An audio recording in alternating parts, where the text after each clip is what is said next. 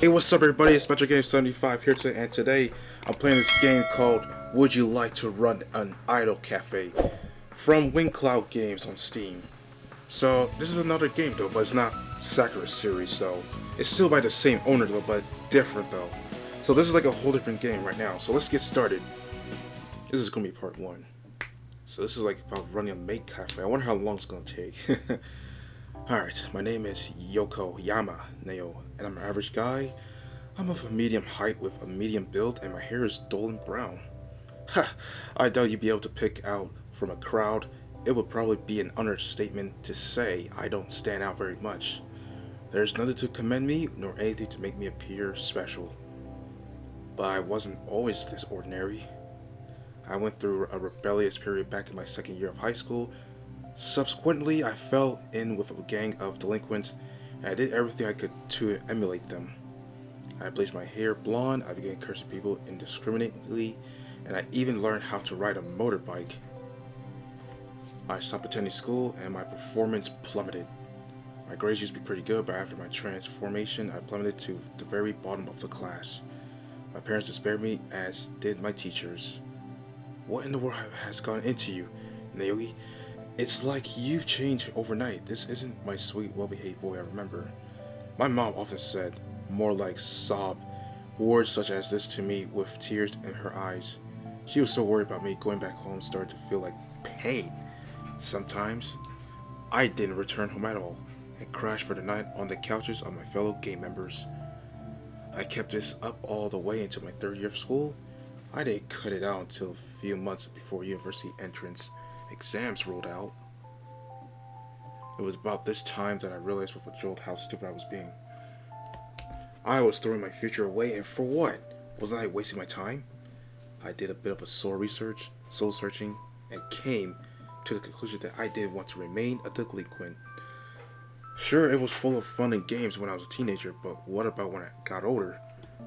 How could I ever be able to hold down a job or make a living?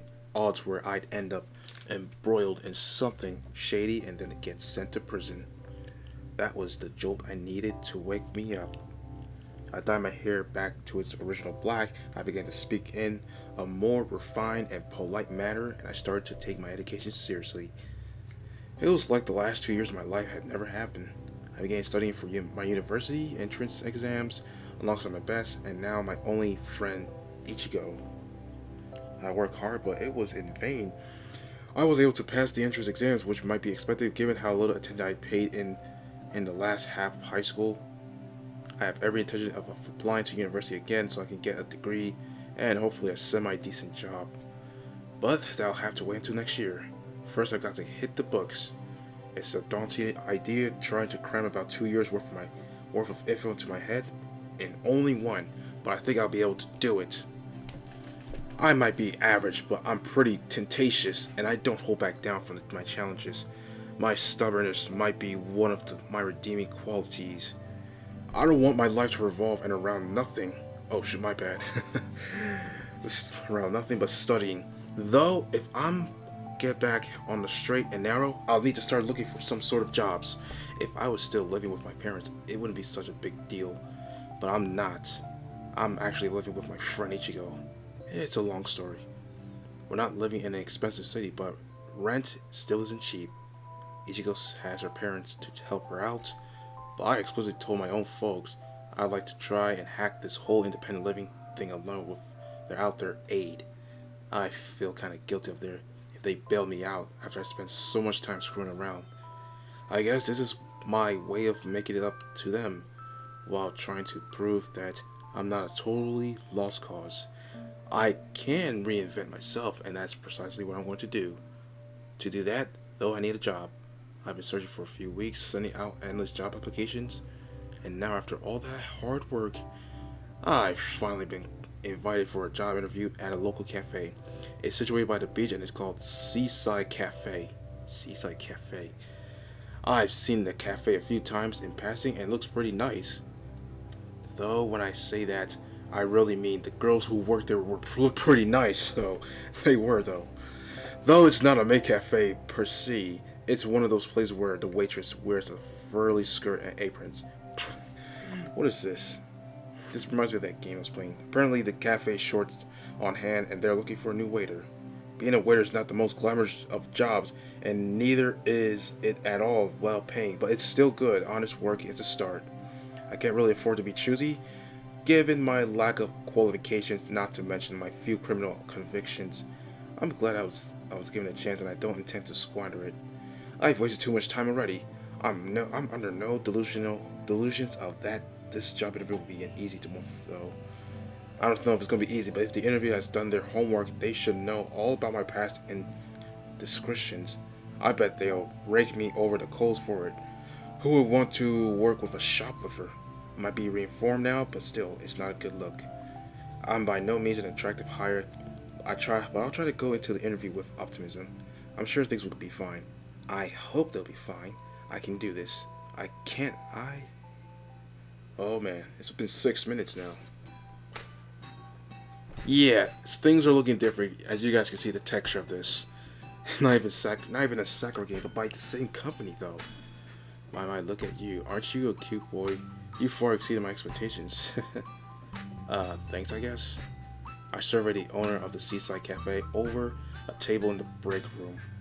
She introduced herself to me 5 minutes ago as Miyamori Ayane, the proprietress of the Seaside Cafe. She's a fairly attractive woman, I suppose, probably in her late 20s to early 30s. Though given all the makeup she's wearing, it's hard to get an accurate read on her age. It's not like I could come out and ask her about it either. I've heard women are pretty sensitive about stuff like that. Okay, Miss Miyamori giggles quotentially. You really are darling. I think you would fit in quite well in my establishment. Several pretty young girls work here, but we have a dire shortage of handsome young men. I am a proponent of equal rights, and I think it's important to level the playing field a bit. Pretty girls bring in more customers, but I can't solely employ them with the fair sex. It wouldn't be fair. Right, so I shifted uneasily in my chair. I hope I'm not sweating. That wouldn't make for a good first impression. Not that it matters. I guess Miyamori seems taken with me already. Are you interested in giving me a position? But of course, Miss Mori claps her hands together.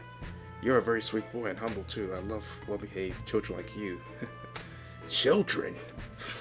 I frown. I'm not in high school anymore, you know. I'm an adult. There should be no problems then. I would be very happy to welcome you to the Seaside Cafe, dear Naoya. So she's calling me by my given name, not my family name. Talk about forward. This woman seems like kind of shameless. But giving her a Terry, I guess that's a no-brainer. It might be my imagination. I hope it's not. I hope it's my imagination, but it looks suspiciously like she's trying to push her chest together. Crap! I should have stopped staring. I'm very flattered, Miss Mayori. You're calling me that? Miyamori pouts. That's so stiff and formal. What?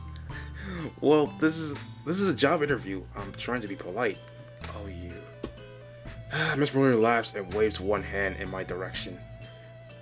You worry too much. I do like serious voice, but you can afford to loosen up. But this is no longer a job interview, dear. You already have the job. Huh? Boy, that was fast. She didn't even ask me for questions beyond whether I have a girlfriend if I think our clothes suit her. Something smells fishy here, and that is because we're so close to the beach. Now, why don't you loosen up? You can call me Ayane, just like everybody else. Ayane, huh? Okay. We're all one big family in the Seaside Cafe. I'm everybody's hard-working, reliable big sister. Everybody under this roof calls me Ayane. Even Miyuki, though it took her a while to warm up to the idea. She's very serious, just like you. I think the pair of you might get on. In fact, Miyuki? I guess she's one of the girls who work here. If I'm going to work here, I'll probably meet her soon enough. That's something of an exciting prospect, but this flimsy excuse for a job interview has left me feeling a bit disconcerted. I think I'll keep calling you Miss Miyamori if it's all the same to you. I wouldn't want to overstep my boundaries. And I don't want to invite her to overstep her boundaries either. I think she's probably teasing, but you never know. So, that's how it is? Miss Murray pouts. You really are serious. But never mind, I'm sure your cute big sister will be able to warm you up. Wait, what? Cracking you is going to be a challenge. I can hardly wait. Yeah, it sounds great. I'm glad you want to offer me this position, Miss Miyamori, but I do have a few questions, such as, I frown. Did you look into my past at all? Look, I thought that was pretty standard procedure when taking on new hires. Of course, I always do my due diligence. Why do you ask? Well, my frown deepens. I'm not sure why I'm trying to sabotage my own chances. It seems like I'm self-defeating. I should be glad Miss Miyamori was willing to overlook my past, and I am, but isn't this a little too easy? Don't you know that I used to be in the gang back in high school? I wasn't the greatest of guys. Oh yes, I know all about that. Then you should know about how I got into trouble with the police too. Yes indeed, you were caught shoplifting, weren't you? That's right. It's very funny. I wouldn't think it's to look at you now. When I learned of your past, I thought you'd be a tall, foul, talking boy with a bleached blonde hair and tattoos. But you look quite ordinary. Well, yeah, I've done my best to clean up my act. I'm adult now, but back then I was a stupid kid. Well, I got into a lot of fights and did and said stuff I didn't mean. There was no real reason for it. I just wanted to stand out and feel special. But this wasn't in the past, so yes, almost a year ago, that I failed to see the issue. There is no reason why I should mistrust you when you are doing your best to put your best foot forward. I believe that everybody deserves a second chance, regardless of what they have done. Of course, but there's no third chances, which is rare to find. With a few exceptions, of course. You've never stabbed anyone, have you? Well, what? Of course not. Or shot them? Where would I even get a gun? Or dissolve any bodies in acid? No way, that's evil. I was just pretty thug, not a stone cold killer. There's no problem. I can forgive a bit of shoplifting and a few fistfights. Boys will be boys, as they say. You were very, very naughty. You poor parents must have been besides themselves, but that has nothing to do with me. I am not your mother. I am your cute, reliable big sister. And I can forgive you for your past mistakes, provided they remain in the past. You wouldn't want to rob me, would you? No, I already said I'm not like that. Not anymore. Very good. You're such a sweet boy. Whoa. Okay. Miyamori rises from the chair and smiles. Here, heads up, though. If you did betray my trust, I'd be beside myself. I think I'd cry. You wouldn't want to break your pretty big sister's heart, would you? No, I wouldn't. Then this arrangement between us, two of us, should work out wonderfully. I'm looking forward to working with you, Nelly. Right, you too. Thank you for this opportunity. It's alright, you don't need to thank me. And don't be so distant. I might be your boss, but I'll have you calling me and yelling before the week is out. Right.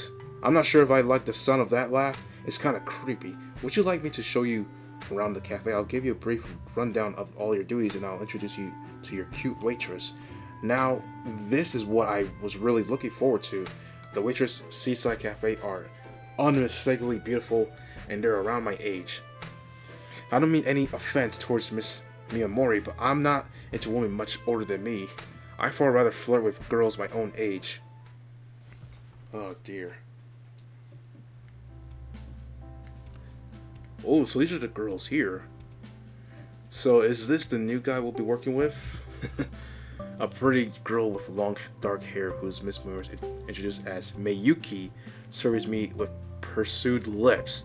She's wearing a cute black maid dress with a white ruffle apron. A large red ribbon is tied at her throat like a bow on her present, and her trim waist is clinched in by yet another ribbon, which is white. Her outfit is pretty standard as far as a maid dress go. Not that I know much about that, but there is one unique point amongst her apparel which stands out.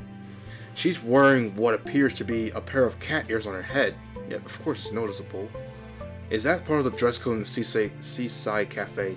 I suppose it's not impossible. But other waitress standing next to Mayuki, Q she called, isn't wearing cat ears. Is this something Mayuki asked to wear herself? I don't really get it. Strange though, Mayuki's appearance is She is pretty cute as Ku.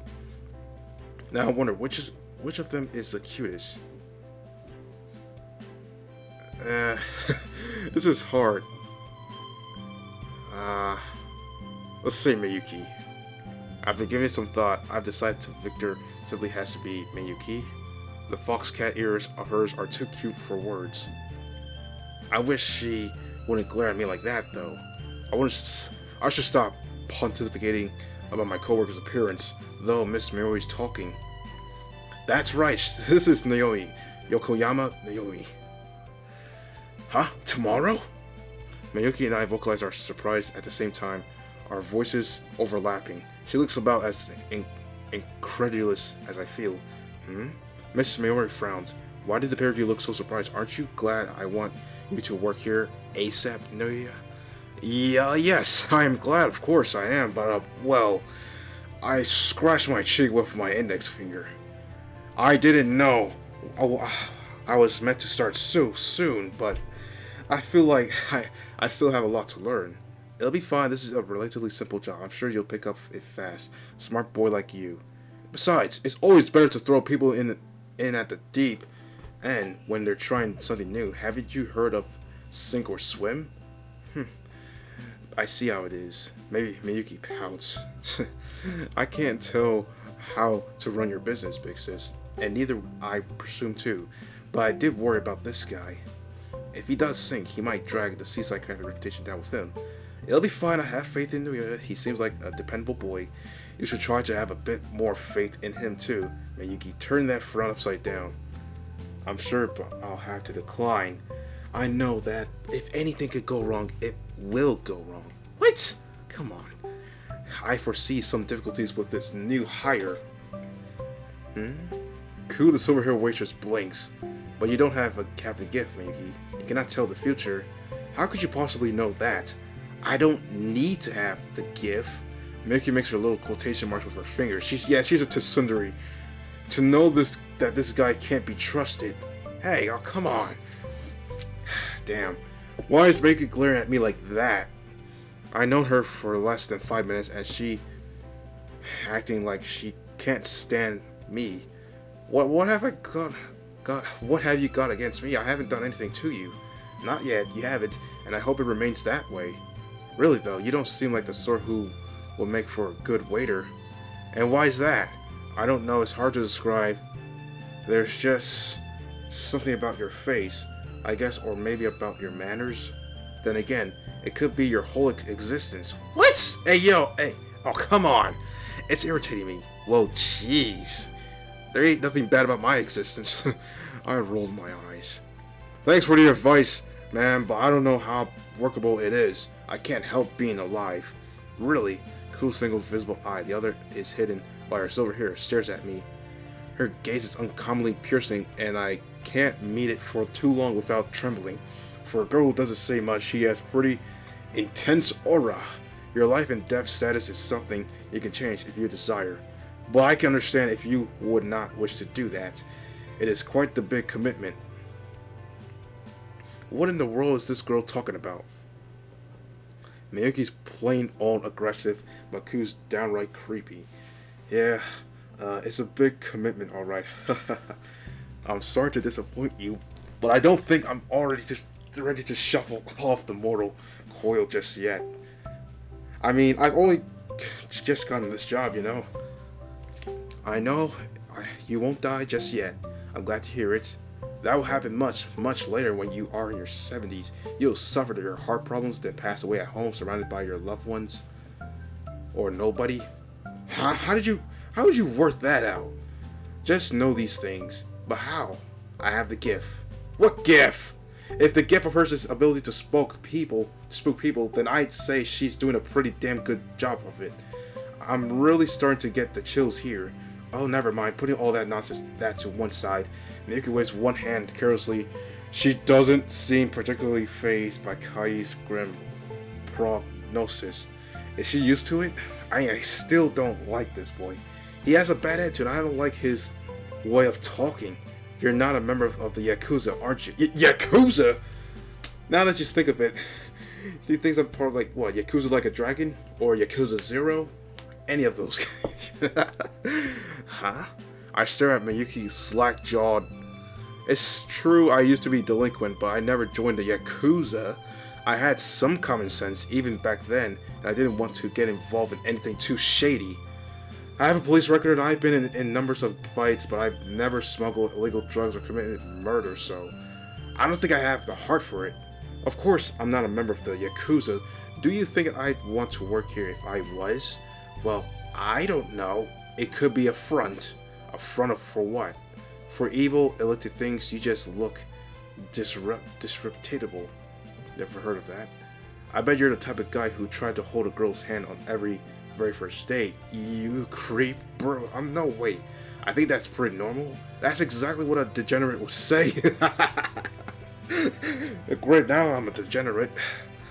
Miyuki turns to his Miss Yamamori, still scowling. I don't want to work with this guy. Really, I couldn't tell. But I suppose I have no choice if you already offer him a position. I'll try to behave myself when we're together.